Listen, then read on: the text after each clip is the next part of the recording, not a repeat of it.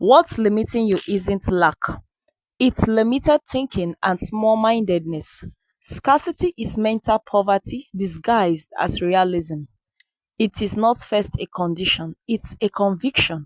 It convinces you that there's never enough, that you're not enough, and that God can't do enough. But the truth is, the moment your perspective shifts, your provision follows. The real war is not over your wallet, it's over your mindset. Until your thinking changes and expands, your life cannot increase and multiply. Why?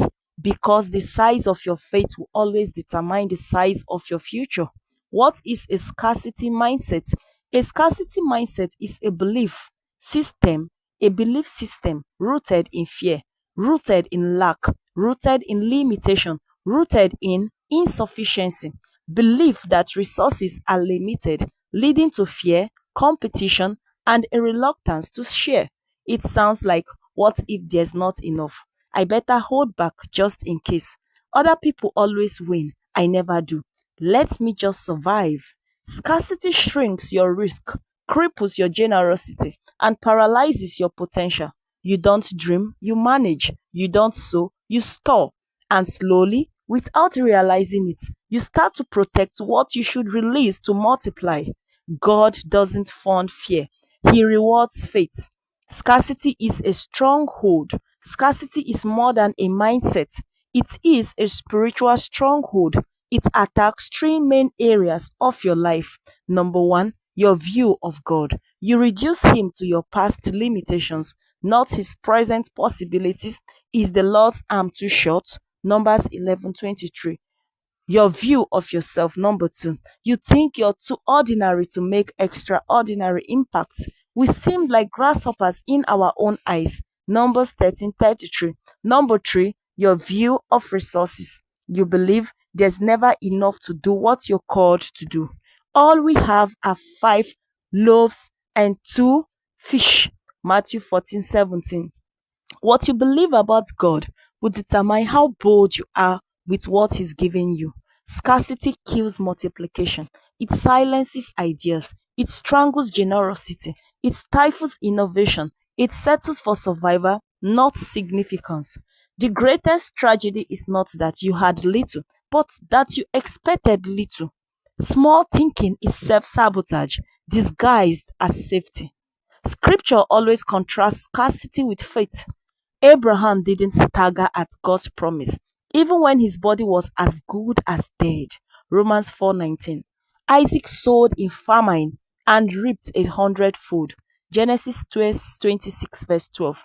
Elijah told the widow to pour the little oil and it never ran out. 1 Kings 17:14. Jesus didn't pray for more fish. He blessed what they had and it multiplied. Matthew 14:19.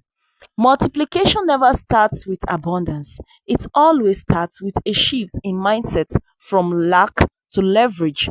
Since you're stuck in a scarcity mindset, you obsess over saving instead of sowing. You downplay opportunities that feel too big.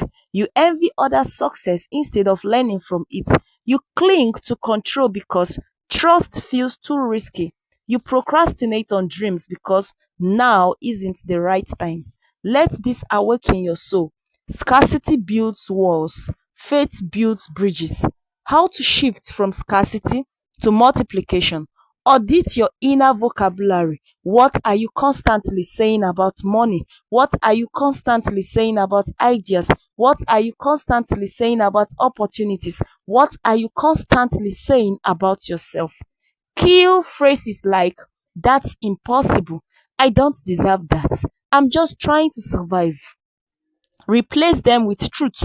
My God shall supply all my needs. Philippians 4 verse 19. Practice prophetic imagination. Don't just see what's present. Visualize what's possible. Stretch your thinking. Break the ceiling in your mind. Dare to ask God for more than your budget, more than your background, more than your degree, more than you can afford. Dare to ask God. Enlarge the place of your tent. Do not hold back. Isaiah 54 verse 2. Honor what you already have. Multiplication doesn't begin with what's missing. It begins with what's in your hands. What's that in your hand? Exodus 4 verse 2. God doesn't multiply complaints, He multiplies obedience so generously, even in lack. Scarcity says, hold on tight.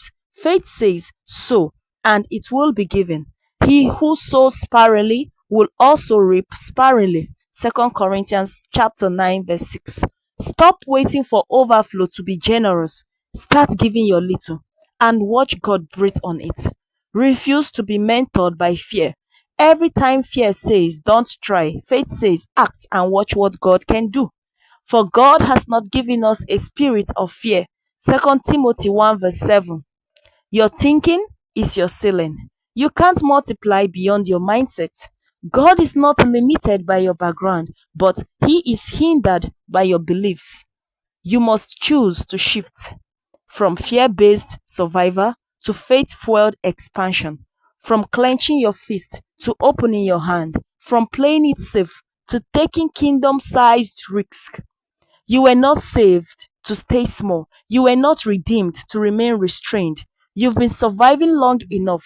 This is your call to multiply. Reject the lies. Challenge the limits.